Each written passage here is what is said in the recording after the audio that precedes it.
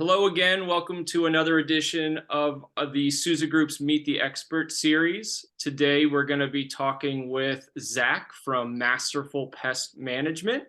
We're going to dive right in here. And Zach, could you tell us what are some signs that you might have mice or rodents in your house?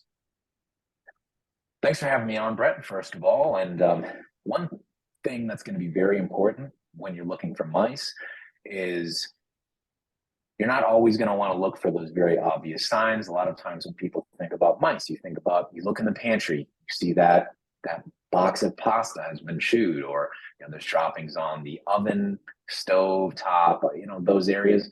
That may not always be the best place to look right away, because those mice, they could be hiding away. They could be just out of sight. And one other very important area to look, which you're oftentimes in, is you can check underneath of the kitchen sink.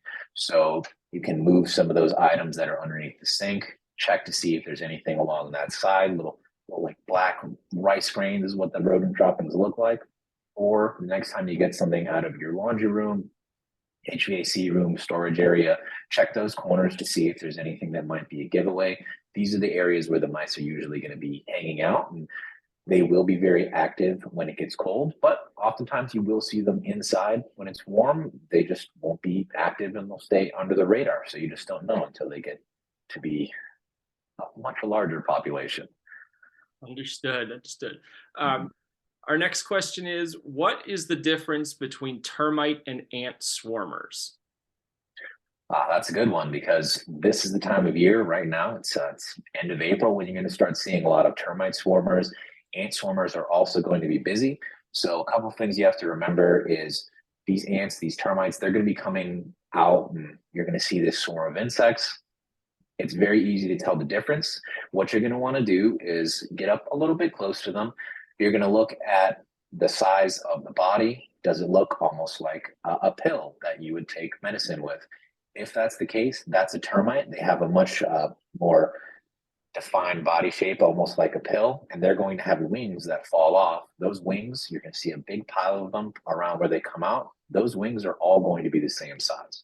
Ants, on the other hand, they come out, they don't drop their wings right away, but what you'll find is you look at them and they have a pinched waist, and the wings that fall off are different sizes. So remember, termites, about pill-shaped body size, equal size wings. Ants, pinched waist, different size wings. That's great information. And our last question today is, what are some good strategies for a homeowner to protect themselves from future pest and rodent issues? That's a good one, because every house is different. And what's important is, as a homeowner, you really do want to know your house inside and out. I always start by taking a look at the outside. Do you have a lot of trees? Do you have a school nearby, a playground, restaurants, a stream, a lot of bushes and greenery, things that might allow for pests, insect, rodent, or otherwise an easy place to hide or live nearby?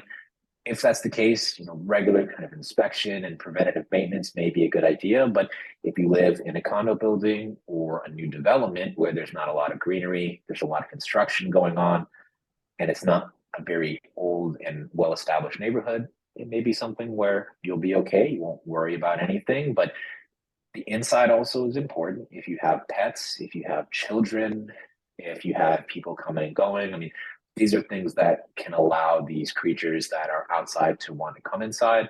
And some houses are just unfortunately less lucky than others, and they have pests that just come by and fly by. Things like box elder bugs, those little black and red beetles, they come back to the same house every year. So sometimes people are just very lucky in that sense to get those lovely bugs every year. Excellent. Well, Zach, we really appreciate you taking the time today and sharing your expertise and insight with us.